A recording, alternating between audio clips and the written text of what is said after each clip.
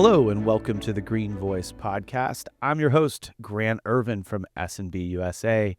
Really excited to start a new year of podcasting here at the Green Voice, and we have some special guests with us from your favorite Pittsburgh hockey club.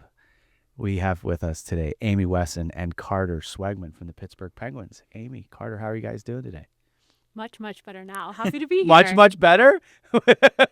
Were you nervous or are you just happy to kind of get going? Or? Excited for the opportunity. Okay. And I feel like we've been gearing up for this with all the conversations we've had to get ready for it. So it's exciting to be here and be able to talk about all the things that we're doing at PPG Paints Arena. It's really terrific. I'm excited. I'm excited for a lot of reasons. I'm a big hockey fan. Have been for probably my whole life, I guess, actually. So when I stop and think about it. And so getting a chance to talk to you guys and learn more about your story and the organization, kind of the behind the scenes, but also in front of the scenes too, I think. And from a sustainability perspective, we're really excited to have you here and to kind of share that story with our audience. So, maybe actually before we kind of jump into our typical stuff, I ask you guys if you had any experience in radio or podcasts. And Amy, you were alluding that you do have some experience with the Penguins radio network. Can you tell us a little bit about that? I'm just super curious. So my goal and my job is to be as behind the scenes as possible, but occasionally with the work that we do, it ends up a little bit front facing and you find yourselves in situations like doing a podcast or on the Penguins radio network. When we get into our jobs a little bit more, you'll hear Carter's role is so behind the scenes and mine ends up dancing that line a little bit. So I work on our partnership marketing team and do a lot of work with our corporate partners, and a lot of the efforts of our corporate partners are community driven. And in the community, there's amazing stories to tell, and people need a voice to be able to tell those stories. So sure enough, I have found myself a couple times now upstairs on media level during intermission of a Penguins game, giving a quick little overview of some programs that we've done. But the joke at PPG Paints Arena is when you're on the radio network, you have, fans listening at home, on the road. But in PPG Paints Arena, the radio plays in the elevator and the bathrooms. So you hear from friends and family that they heard you in the bathroom or they heard you as they were going up the stairs or up the elevator. So, that's where your real audience That's is. where the real audience is, because it's attentive, right? Yep. They're truly listening. Yep. They can't run away from you. That's awesome. Did you get to talk to the old 2-9er by chance? I did not. Brian Metzer did. Brian Metzer did the interview? Okay. Yeah, and then he goes right to the old 2-9er after. So you're almost like the opening act. That's exciting. So maybe let's start, Amy, I'll start with you, a little bit of background about yourself, and you kind of alluded to this, but your role with the Penguins and how did you come to the Penguins too? I'm curious about that. So tell us a little bit about Amy first. Excellent. So I've been with the Penguins now. This is my 9th season with the team. So we have to measure in hockey seasons. In hockey seasons, yep. Okay. Measure in hockey seasons. So 9th season with the team. And I work on our partnership marketing team. So I support the work that our corporate partners do.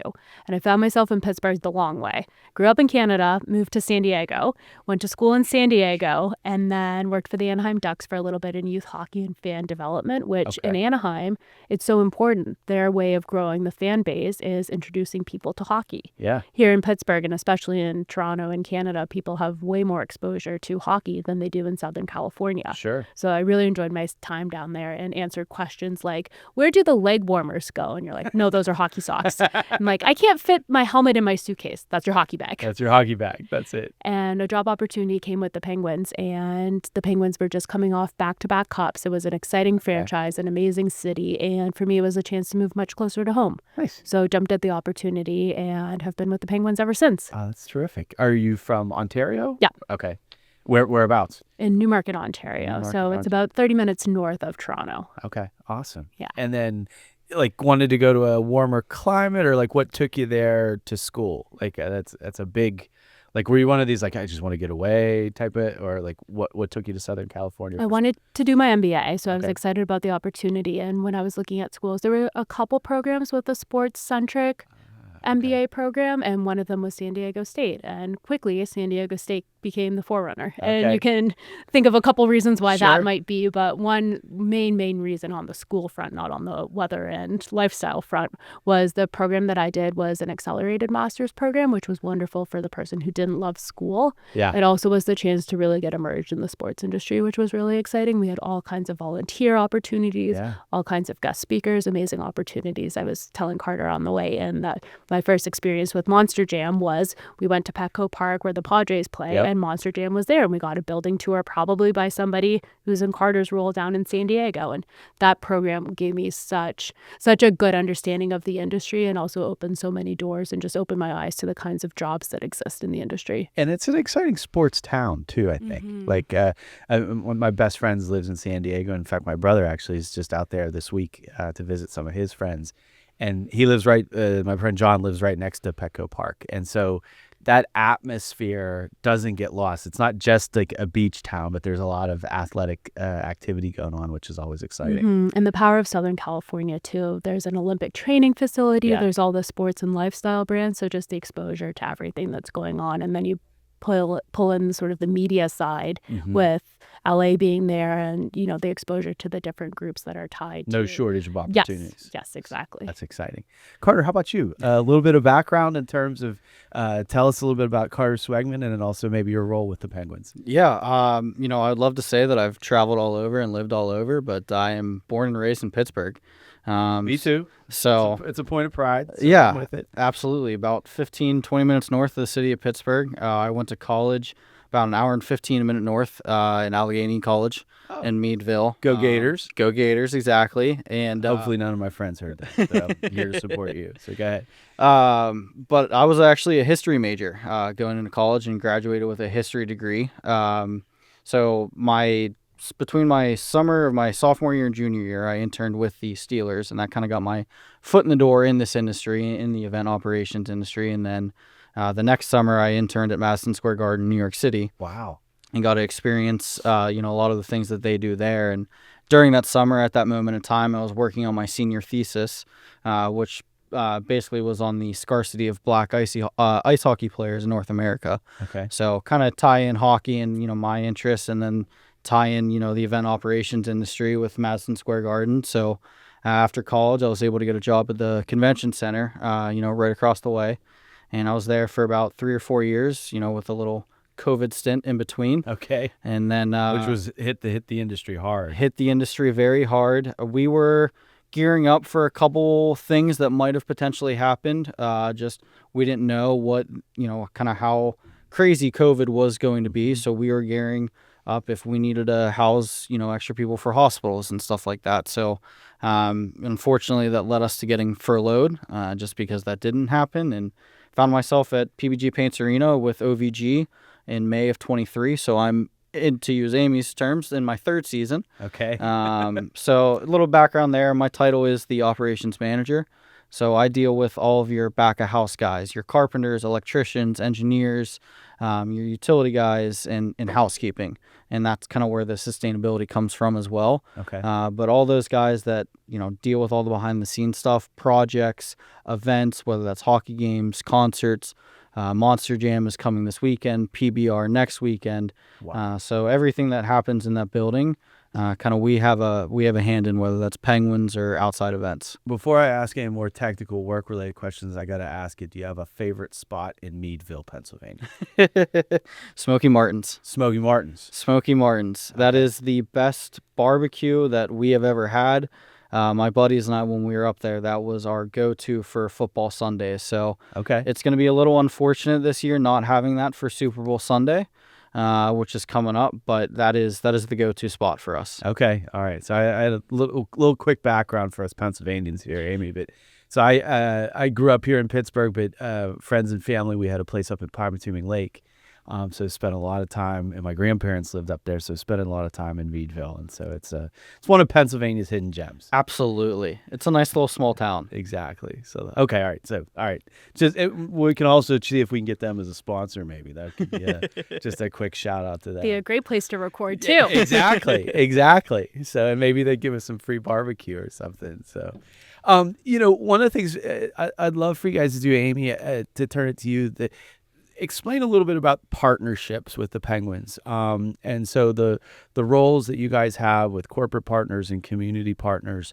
The Penguins are obviously like a venerable name. Everybody knows the Penguins in the region, but you guys are really engaged with the corporate and the community here in Pittsburgh, which goes a lot deeper than just hockey. Maybe can you start out a little bit about that and kind of your role and how your team kind of pulls that together for the Penguins? Yeah, and I think the best way to explain this is starting at the top. So the Pittsburgh Penguins are such a community-minded team, and they understand sort of the role that they play in the city, Pittsburgh being such a sports city. So the way that we carry ourselves with all of the work that we do is about the people of Pittsburgh and the fans that we have across the world, quite honestly. Right. So from a business standpoint, though, the Pittsburgh Penguins have a hockey team on the ice that they need to be able to make competitive. Yep. So the way that the Pittsburgh Penguins make their money, the two main reasons or the primary revenue drivers are focused on getting people in the building, so the ticket sales associated, and then the partnerships. So the partnerships that we have, the relationships we have with our corporate partners help the Pittsburgh Penguins be competitive on the ice. So from a fan perspective, that's sort of a cool thing to think about, right? You have partners in the city of Pittsburgh working with the Pittsburgh Penguins, and that's helping them be as competitive as possible. But unlike your donation or, since we're sitting in a university here, your university asking you to donate money once you've graduated, this is an exchange of marketing benefits. Right. So we work with our corporate partners to help further their business in the ways that a professional sports team can. And there's your traditional marketing, your traditional advertising. But there's also really cool things that you can do with the power of sports. Sports are this amazing way to bring people together. They help make amazing memories, whether it's for customers, employees, clients, people that are important in your lives. And it's also a really cool opportunity for us to elevate the work that our corporate partners are doing. We have this amazing platform. And when the Pittsburgh Penguins speak, people listen, and there's a positive association with the team. And in the city of Pittsburgh, it's particularly strong. When I was in Anaheim, and this is nothing against the Ducks, but we'd be excited to hear the hockey score on the radio. Here in Pittsburgh, you turn on your car and the radio's playing sports talk constantly, right? There's so much news and so much attention on our sports team. So it gives us this opportunity to help elevate the communities we play. It really is. It's an amazing thing, and I was thinking about this the other day with the 10th anniversary of the 16 team, right? And there's a lot of talk about everybody pans it on Sydney and like his eyes are welling up, and I mean half the towns who's either there in the stadium or listening or watching on TV, they're doing the same thing, right? Like that emotional connection is unique. Is that Anaheim was probably a little newer team when we were there, but like. Why is that in your kind of opinion? Why is that emotional, the feels, as they were saying? Why is that such a strong part of the team? It's the power of sports, right? It's the emotional connection. It's the escapism. It's the, power of being a part of something.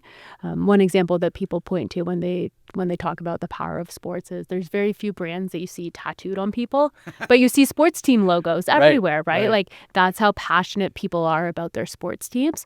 And on the corporate partner side, to tie it back to, the business of sport here, that's the value that then gets associated or passed along to our partners. So to take it even deeper, and we'll try and stay on theme somewhat to the podcast, but of sustainability, is we heard from so many corporate partners how important sustainability was to them. And the way that our team is geared here, what's important to our partners is important to us. And sustainability is important to us. We at the Pittsburgh Penguins, at OVG, at Airmark want to be better in the space. And we also want to be able to help our partners reach their goals. So what perfect way for us to help share the message of the work we're doing, the work our partners are doing to make this community a better place than to use our power, our marketing assets to support sustainability initiatives. That's really strong.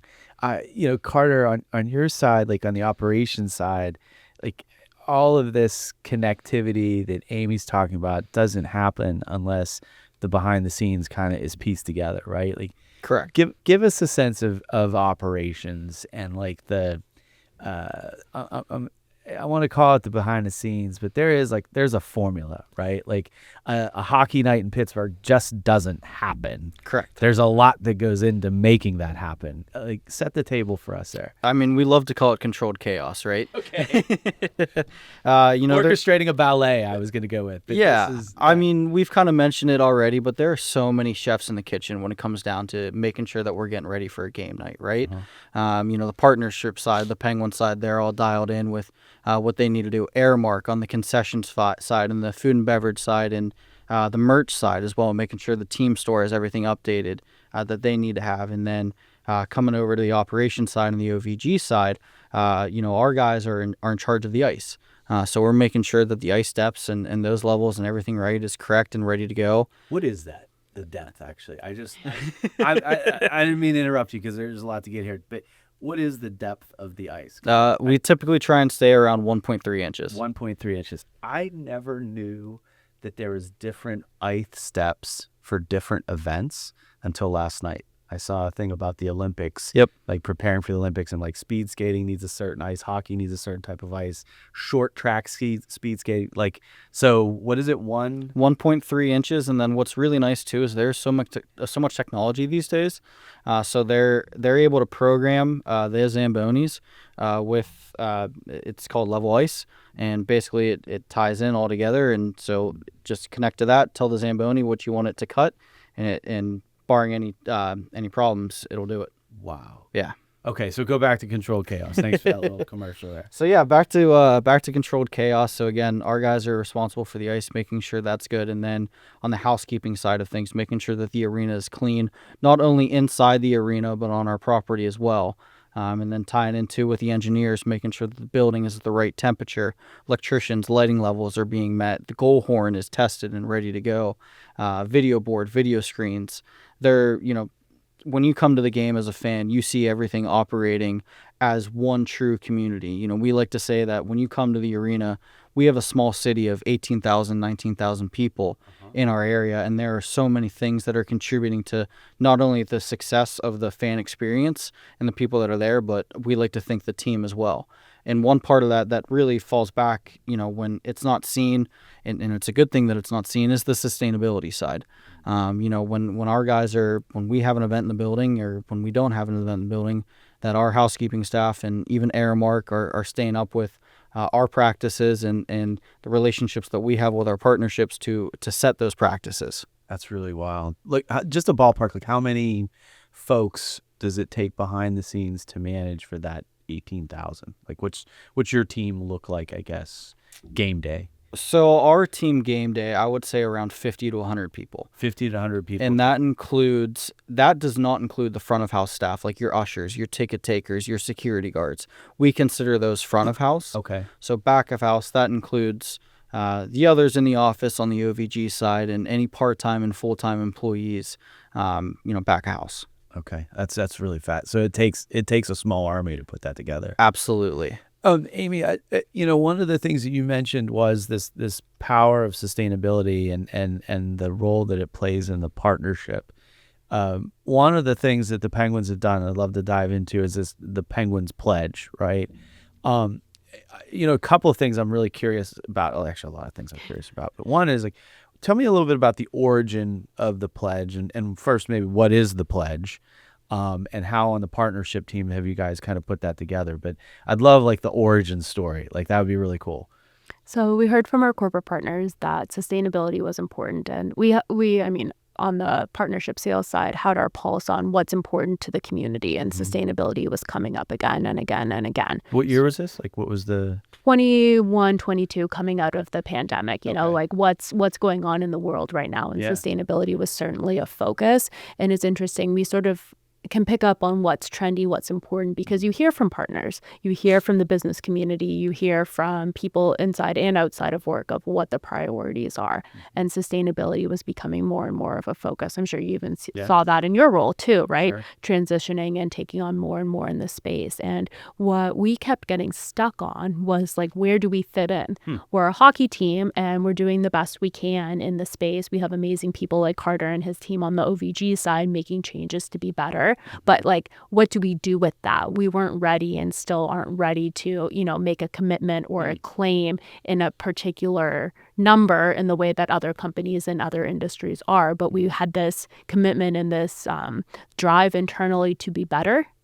So trying to figure out where that fit in. The other piece of it was we had partners, existing partners, and then prospective partners in the area where they were already doing things in the space and wanted to be able to leverage their Penguins partnership to tell that story. Interesting. But where we were running into a challenge was like, how do we share these stories and how do we share these stories in meaningful ways? So what we were able to do was come up with this platform, Penguins Pledge, which is our commitment to being better as the Pittsburgh Penguins. But the Penguins Pledge platform also had the opportunity for partners to participate. So we have 12 corporate partners that are a part of the Penguins Pledge at champion level partners and impact level partners, where we use those are two separate yeah, levels. Yeah, where we use this Penguins Pledge platform to be able to tell their story. And it gives us this common grouping where we can bring our partners together and learn from each other, grow together, and be able to share stories in a more unified way than Grant over here is working on this, Carter over here is working on this.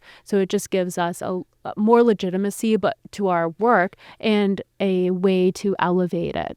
That's interesting. So it doesn't leave everybody in isolation. It brings like a collective impact story together. A community. Yeah, a community. It's a community feel. And as we were trying to figure out, our voice and where we were standing on it, again, being a hockey team and understanding that we are a hockey team, we are a small front office, we all want to be better, but are stuck on, what choices to make. Sustainability can be daunting, and it can feel especially daunting and challenging as well when you're focused on the next event of 18,000 people loading in Monster Jam, loading in professional bull riding, onto Disney on Ice, onto hockey.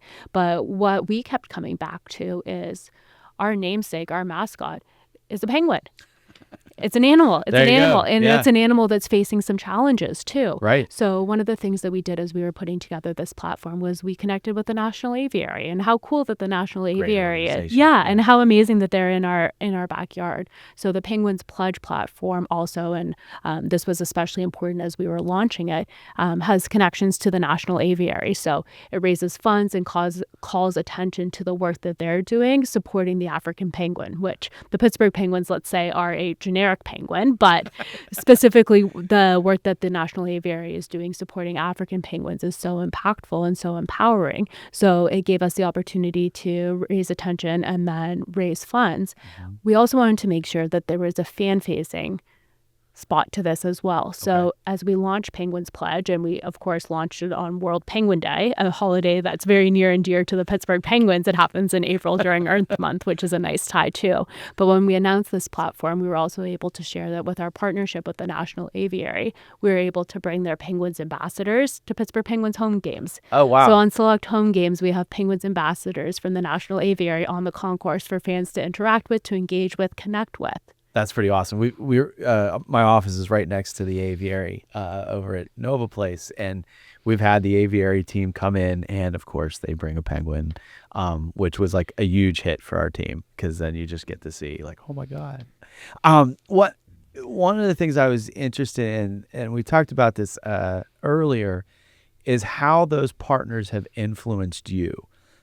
Companies, like some of the examples, and we don't need to go through the whole list because I'll get it wrong or I'll forget somebody. But one of the ones I was really curious about is companies like PPG, and how they're bringing kind of their mindset into the pledge. And it's not just PPG. I think it's all the partners have a role in terms of providing that type of contribution. Like, what does that mean?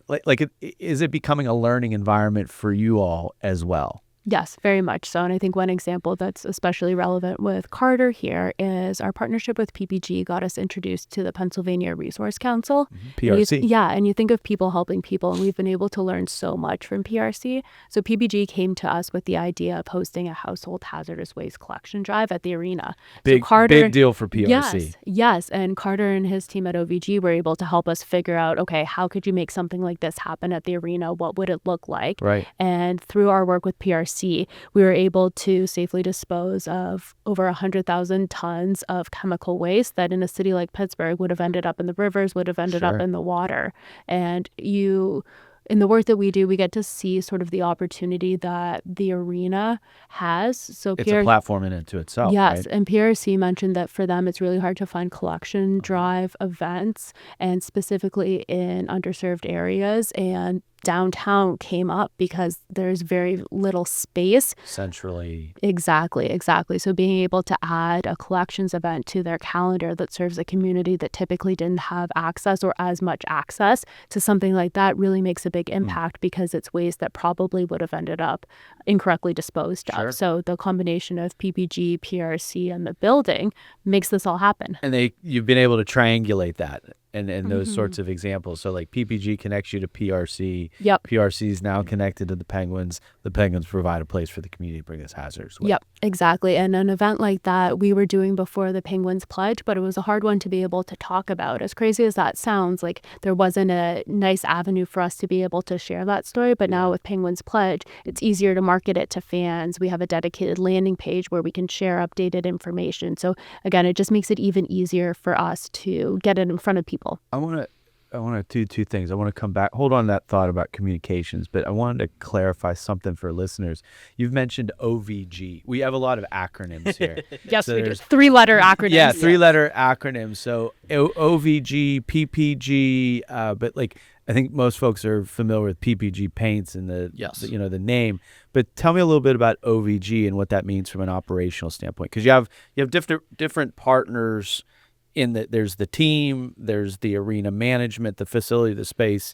Just walk me through that a little bit. Yeah, absolutely. So OVG, Oakview Group, they are the facility management company for PPG Paints Arena. Okay. They own or kind of run arenas all throughout the country.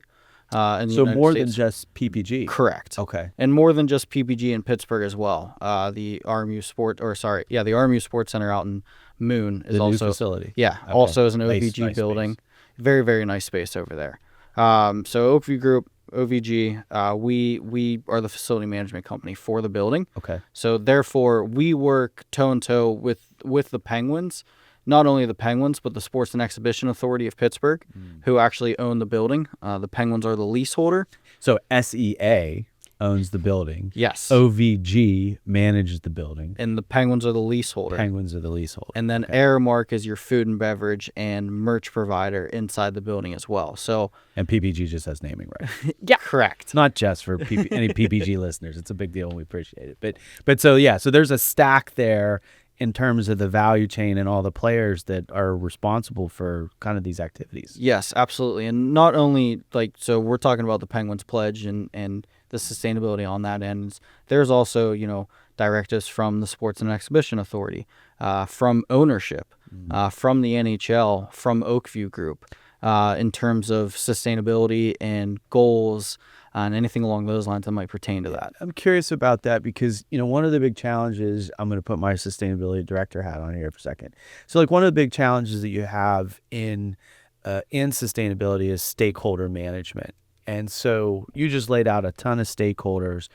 What is there a coordination, a secret sauce? Is it just like check-ins or just throw it up in the wind and hope it all works and that's fine too? But like I'd be curious about that. Like how do you kind of manage all those stakeholders? Check-ins mostly. Okay. We have, at least on my end, we have monthly calls, weekly calls with partners to get an idea off of their expectations with us. And then in the overarching NHL, OVG, SEA, it's more of a conversation that we have with them on a year-to-year basis. We track all of our data when it comes down to our diversion rates and total tonnage of trash and recycling. So all that information is relayed off to everybody that was just listed, and based off that information, we kind of go from there. And I know that like the SEA does a really terrific job, and Doug Straley and his team over there in terms of, that was just a shout out to Doug. He's a good friend of mine. A great job in terms of collecting that information and an annual report. So that data that you're pulling is going into the SEA report. Is that how that works?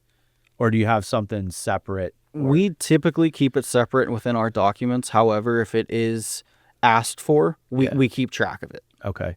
This is like where I get a little nerdy because I was just on a panel last week with chartered accountants worldwide. And the conversation was about sustainability reporting and the complexities of it. And one of the things that you see is that there's folks like us that are doing the work, right? The communications piece, the partnership management, the nuts and bolts of operations. But the accounting profession is starting to step into this world. And one of the things that's neat about that is it's starting to provide some standardization, which will hopefully make our jobs a lot easier in terms of what is it that we're supposed to collect and how do we do it. So just something that's out there. So I've been curious about how information is starting to aggregate up or bubble up. So sorry about that little tangent. I wanted to, and now we got those acronyms cleared up. Going back to you, Amy, you mentioned the communications piece of this, and the storytelling. Like, how are you guys sifting through that information and crafting that narrative, both for the team, but also in terms of the partners? Yeah, what's great about the way that we have Penguins Pledge set up, and that was part of the strategy behind it, is with all these partners participating, they each have their own unique story to tell and can do it as part of Penguins Pledge. So it's sort of the common thread that brings everybody together. And then on the partner, outside of the corporate partners, just the organizational partners and OVG and Airmark were able to help tell their story too as a part of Penguins Pledge. And all of a sudden, all these one-off elements that we're doing come together to make something bigger. So it's sort of that classic, 1 + 1 = 3 example. Yep. And it also gives our partners a chance to do something in the space with us that makes sense to who they are. So it adds that authenticity to it. So our partners at EQT, they're our official net zero partner, and they've been on their journey to achieve net zero. Which is really phenomenal. Really, especially in the space that they play in. And we were brand new to it. So they've been helping us along. And how amazing is that, right? Partners helping partners. So they've been helping us along in tracking our carbon emissions for the first time. Yep. So we've been able to track our carbon emissions since the 23-24 season. Wow. And that goes into everything that's happening at the building as well. Mm-hmm. And with that information, EQT has been helping us purchase carbon credits to offset our emissions to help us be net neutral. So words that, I wouldn't imagine myself saying, but the Pittsburgh Penguins have been able to do that through our partnership with EQT. Carter's over there smiling. He's like, and now we have this amazing story to tell, right? And how cool is that? So it's our partnership with EQT that allows us to do that. And it's EQT's expertise in the space. And, that's our storyline with EQT. But with a partner like US Steel, our storyline's completely different, but it's authentic to who they are and our partnership together. That's interesting. Like, for both of you, is there, going back to like your time with the Ducks and just knowing the NHL and sports in a broader sense, and the fact that OVG manages other facilities, what's that learning network like? Like, are you getting stuff from other teams, whether it's the NHL or ECHL or whomever other? Like, are you constantly looking at other teams at what they're doing in the sustainability space? And then same thing with a manager like OVG. Like, are they saying like, well, out at Robert Morris, this is how we're, or fill in the blank kind of other facility. Like, is there a cross-pollination that happens? Absolutely. With the NHL, I can kind of speak to that as well. I think Seattle is kind of the gold standard right now when it comes down to sustainability in NHL facilities. When I worked at the city, I was like, Seattle. So everybody kind of looks at that, towards the NHL. However, each building has their own capabilities in terms of what they're able to kind of do sustainability-wise. So on our end, too, we kind of work locally, especially with Waste Management being a partner. They manage other facilities around the city as well. And then we actually have a call with another OVG facility tomorrow to talk over some of their sustainability, things that they're going through, what we're going through, and to bounce ideas off of one another. So on our end, on the OVG side, we do work not only with other OVG buildings, but we also get an idea on other NHL facilities too. That's great. And I know from the SCA standpoint, I think you guys are also participants in like the Pittsburgh 2030 district for like energy management. And so like energy waste, like all those things are all part of the puzzle then. Absolutely. And then with the work with the Penguins Pledge, a lot of that information has really become more trackable. Yeah. So we're able to kind of have an idea on where we stand and then some of the improvements that we potentially need to make. Similarly to Amy, like what do you see in other professional sports, either NHL or even if you look at other kind of leagues and things? like on the partnership side? Definitely lean on other teams and other leagues. And in the sports industry, although we're competing on the ice or on the field, we're not necessarily competing with each other. So it's this wonderful network where you can share stories, and it's people that are doing similar jobs to you where it's really relatable. So that's one cool thing about the sports industry in particular. So when we launched Penguins Pledge, you bet we heard from other teams in the sustainability space. Like, how'd you do that? Yes, Right. Yeah. yes. Okay. Tell us about this program that you launched. Yeah. So it was this great opportunity to be able to share stories, share best practices, and learn from each other. And then our corporate partners too provide that opportunity. But on the sports side, it's a really, really amazing way to be able to learn. And we always joke that, there's no new ideas. You're just tweaking ideas to make sense. And as we're gearing up for our third annual sustainability game on March 5th, I was so happy to see on LinkedIn, of all places, that the Pacers did a sustainability game. And I thought, wow, what amazing things that they did that we hadn't thought of. So that link got shared around across the team, across Airmark, across OVG of look how the Pacers did their sustainability game. What ideas could we take from this and make our own? Talk to me about the sustainability game. Let's go there. Like what was the genesis of the sustainability game? And then I'm curious about a lot of the logistics and behind the scenes for it. Yeah, so what's great about the sustainability game is, although were you the first? I don't think we were the first, Okay, and I really don't think we were.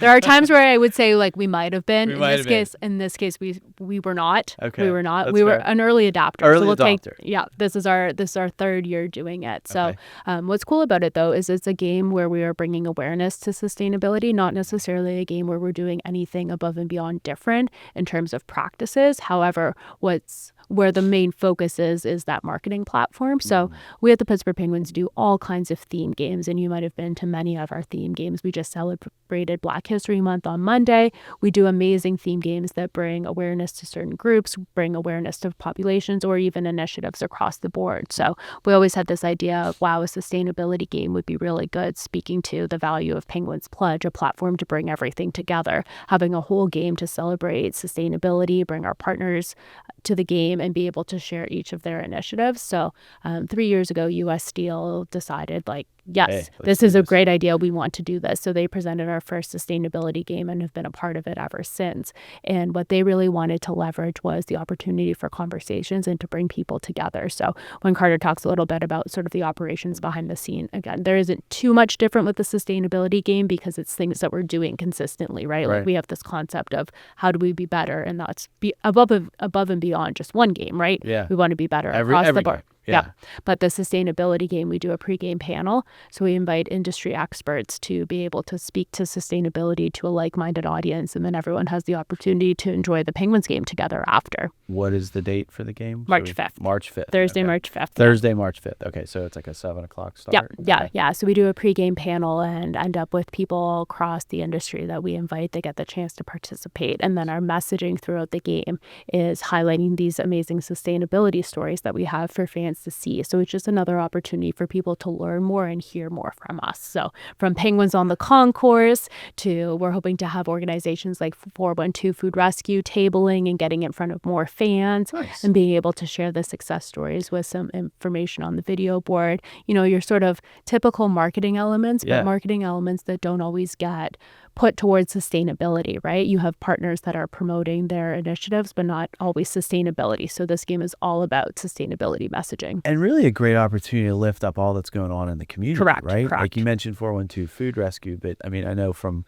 my time in, doing the Green Voice, but also with, in Pittsburgh Earth Day, but also my time at the city, like there is such a breadth of activities in the sustainability world here. Like everything from energy and water to waste recovery and, tree planting. And, I mean, it really is a place where Pittsburgh punches above its weight in terms of the innovation and the community engagement and also like the corporate responsibility side. Carter, if you can talk us through like some of this logistics of we'll highlight like what's going to happen on March 5th. It happens every day, every game. I get that.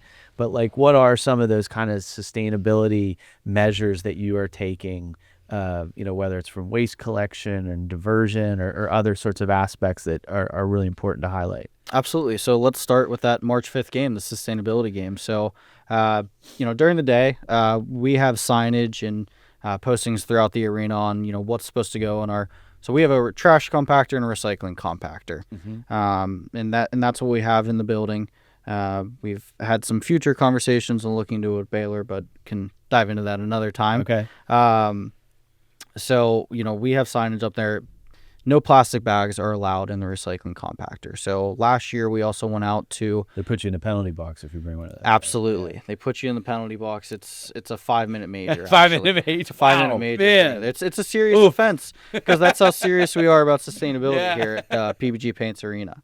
So again, biggest thing is no plastic bags in our recycling. There's a compactor. Commercial in there. You know that, by the way. Okay. Good pitch.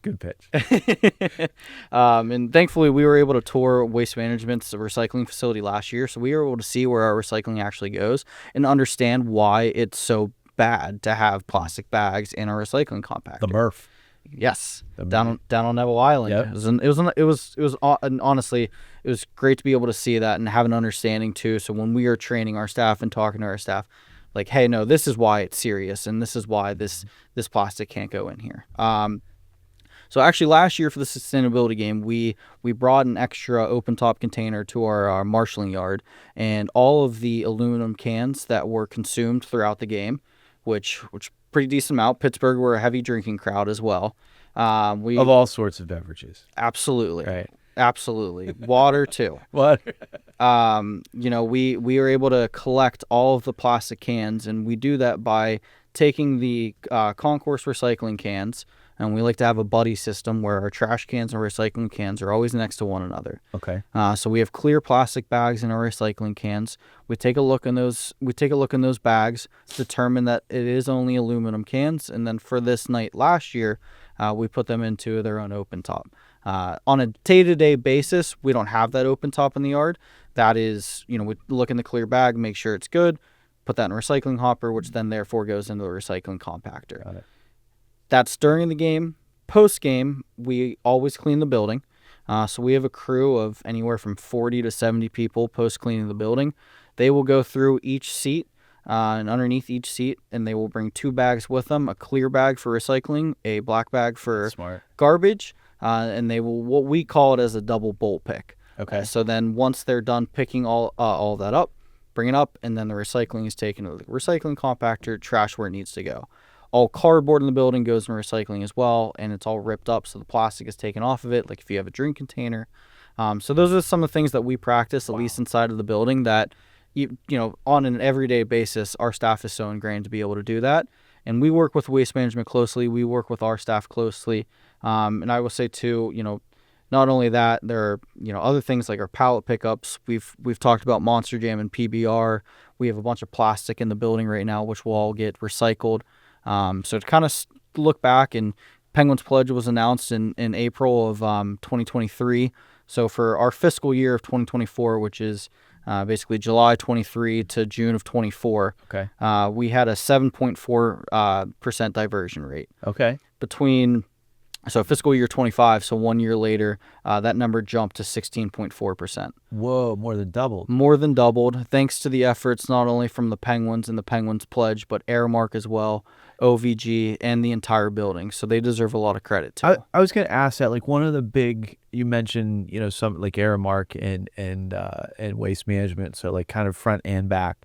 How important is that, like, vendor collaboration? Like, what you bring in is just as how do I say this? What you bring in helps you in whatever you're taking out, right? It's massive. It's extremely important. So we work closely with Aramark as well when it comes down to the cups that they sell. They have aluminum cups in their suites that are all recyclable, which is huge. They work with branding for their specific cups for theme nights and stuff along those lines that we recommend. Hey, Waste Management says these specific plastics are actually able to be recycled versus non-recyclable. We recommend going this route. Granted, there are a lot of things that affect whether or not Aramark is able to do everything that we recommend, but they do a really good job of working with us in Waste Management and determining what we have even in the building, so we can easily work through what's recyclable and what's not. That's super important. You were alluding into this a little bit.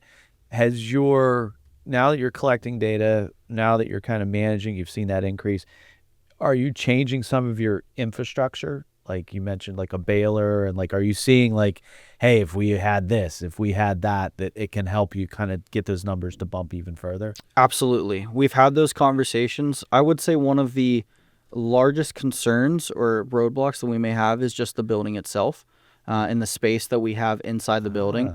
When you're looking to get From a design standpoint. from a design standpoint, when you're looking to get a baler, it needs to be on a flat surface. Okay. And it needs to be in its own specific spot, typically weather controlled, because not only for the baler itself, but for the bales of cardboard that you may make. Those bales of cardboard typically can't get damaged from weather. So not only do you need a space, You don't want them rolling down Fifth Avenue, is what you're saying? definitely do not need Okay. them rolling down Fifth Avenue. Makes So sense. we need a space to store those as well. So those are some of the conversations that we have when we're looking at the price of a baler, but we're also looking at the ROI Yep. on the basically the amount that we would get back from the bales of cardboard that Waste Management would pick up. So those are the conversations that we are having, but obviously there's a lot of logistics involved Sure. when it comes down to finalizing the best way to do it. Have you seen, for both of you, because I think this plays in both sides, and then we'll kind of turn the corner to the home stretch, but given that you've started the pledge 5+ years in ish, like from pandemic on, let's say, and seeing these operational improvements, how's it starting to change business decisions, if at all? Like, are you, whether it's operations or how you tell stories and market and seek and build partnerships, like, is it changing the way that you work? And I ask that because, one of the conversations that we have at S&B and like a lot of other counterparts in sustainability is, how do we talk about it to the business audience, right? If you're talking to the environmental audience or certain consumers, like sustainability, they get it, it's good, let's go for it. But like, you're seeing dollars and cents improvements as a result of this. Like, what is it changing the conversation, I guess? And I'd be curious on your take. What I really like about it from a Penguins Pledge standpoint is it's allowed us to do things that we probably wouldn't have done to start, and our corporate partners, and to be frank, like the revenue tied to our corporate partners challenged us to think in areas that we might not have been comfortable with. Like I mentioned as we kicked this off, that we really wanted to launch Penguins Pledge, but we were sensitive to the fact that we were launching a sustainability platform that maybe didn't have a direct, concrete goal tied to it. Sure. And we got to the point internally where we were like, okay, we're comfortable with this, but this whole thing is new to all of us. And it's not like we are a corporation where we have, a director of sustainability to guide us. And the work that we've been able to do with our corporate partners has given us almost the empowerment and the justification internally to do more in the space, because it's for our corporate partners. And our organization is so good at serving our corporate partners that it's allowed us to do things that we would have never thought of. Like when you think of your traditional sports marketing categories, you think of banks, you think of the official beers of the Pittsburgh Penguins, the official vehicles of the Pittsburgh Penguins. You don't think of an official net zero partner, right? Like it's not a traditional sports marketing. Or the official steel provider. Exactly. So it's allowed us to do new and different things, and the power of our corporate partners made that all happen. That's amazing. You go ahead. Yeah, and to piggyback off of that as well, we've brought it up a couple times, but Monster Jam is loading in right now. They have, last year there were 11.6 tons of plastic that we were able to recycle. 2 years ago, that wasn't a part of the conversation. Wow. That plastic was going right into the trash compactor, and then throw in our pallet pickups, our e-waste. We work with Airmark and Grease and Oil food donations with 402 Rescue. I feel like a lot of these things are tied in to the work that partnerships has done to be able to build those relationships that have allowed us to start thinking about these things on like, hold on a second. Yeah. What can we actually do with this plastic that's here? Like, that doesn't actually just have to go in.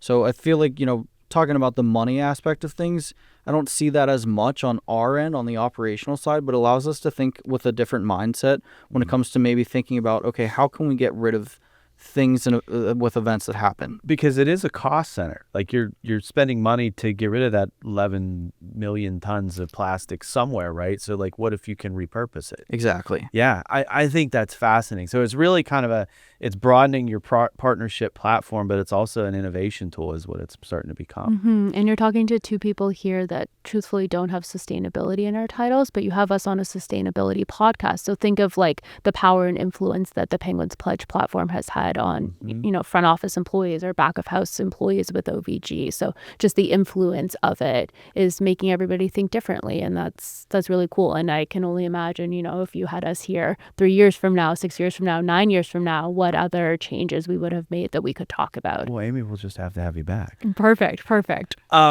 Just to kind of wrap up, because I think it's a good point to kind of like leave us here is, given the progress that you guys have made. So when you come back, the next time, we've talked about the game day experience. We've talked about how the fan and customers have kind of brought this, and the partners have brought this to bear. How do you, I guess, two things. Like one, is there a key lesson that each of you have learned, A, but then also B, like, where do you see this going? Like, what's kind of the what's next, either on the partnership side or, from the operation side. So lesson learned, what's next? We'll start with Amy. I think my best lesson learned in all of this is you need to start somewhere, and being sort of worried or uncomfortable and using that as a reason not to start doesn't get you any further. So I'm so glad we launched Penguins Pledge and we used it as an opportunity to do more. And I find in my role, I have quite a few corporate partners that I've worked on their account for years. And every year we take what we did the previous year as a base and grow from there. So you just need to start somewhere with change. And then as the change evolves, we find ourselves doing more and more and more. And it becomes more and more our norm. Yeah. So it's amazing to think like our sustainability practices, like, Carter sharing those diversion rates, there's drastic improvement. And it started, though, with being comfortable talking about it and then thinking through what the change could be. On the partnership side, we have relationships with amazing organizations like Friends of the Riverfront that U.S. Steel and Wesco got us introduced to. And we've been doing volunteer events now for years. Our volunteer events, each year, more and more people show up. We've added a second one. We did a bonus one on Earth Day all together with our Penguins Pledge partners. And pulling together that event was much easier because we had done it before. So just the workload associated with the sustainability practices becomes less and less over time, which opens up our capacity to do new and different things. So I'm excited, like this year's Penguins Pledge game. Now we have our panel, we know the ins and outs of how to throw a panel. Right. So now we'll be able to focus on broadening the network and getting more people out to it. We worked with PBG last year, as Carter shared, to get those cans donated to a contest that they're doing with a nonprofit called the Recycling Society. And we're excited to explore doing that again and hopefully donate more cans. So just the impact grows exponentially just by starting somewhere. That's awesome. Carter? Yeah, I think the biggest thing that I've really learned so far is don't be afraid to ask the questions. Yeah. When it comes down to, again, a couple of years ago, we weren't recycling the plastic from Monster Jam. It's like, okay, what can we do better here? How can we make this work? And I think that's really where I've started to kind of ask those questions, where you've seen some of these jumps in numbers in our diversion rates. So when it comes to goals over the next 3, 6, 9, 12 years, I think you have to look at it, and you have to start with some of these smaller goals. You got to take it step by step. It's like, okay, year 1, we were able to make this jump. Year 2, let's make sure that we're as consistent as we were and making sure that we're reaching those numbers again. And then we dive into, okay, do we want to work on getting a baler? Do we want to work on composting? Can we fit that into our building and our capacity to be able to do this? And those are the goals that I think will get you to those diversion rates where you're sitting at 50% or even higher, which therefore you get to the ultimate goal of being the gold standard for the NHL and the city of Pittsburgh. Which You're winning championships. It's all about winning championships. Exactly. Right? We are the city of champions, and it has to start somewhere. That's awesome. Well, Amy, Carter, I really appreciate you guys coming into the studio today and sharing this great news about the work that you guys are leading with the Penguins and the Penguins Pledge. And March 5th is the sustainability game. Right? Yes, it is. So make sure everybody marks their calendar for that and picks up a ticket and heads up Fifth Avenue to PPG Paints Arena for that special night. So we're looking forward to that. Us too. Thank you. Awesome. Well, I'd love to have you guys back again. We'll talk about progress. We'll talk about cups. both Stanley Cups as well as recyclable cups. So Absolutely. I Thank just- you for I having just- us. I just thought of that. I didn't mean to. Thanks so much for listening in. Thanks, Wayne Gaines on the controls, and Tanner and the team here at the Center for Media Innovation at Point Park Studios. Thanks for the team at Pittsburgh Earth Day. My name is Grant Ervin with S&B USA. Thanks for listening in, and we will check you out at the next episode. See you soon.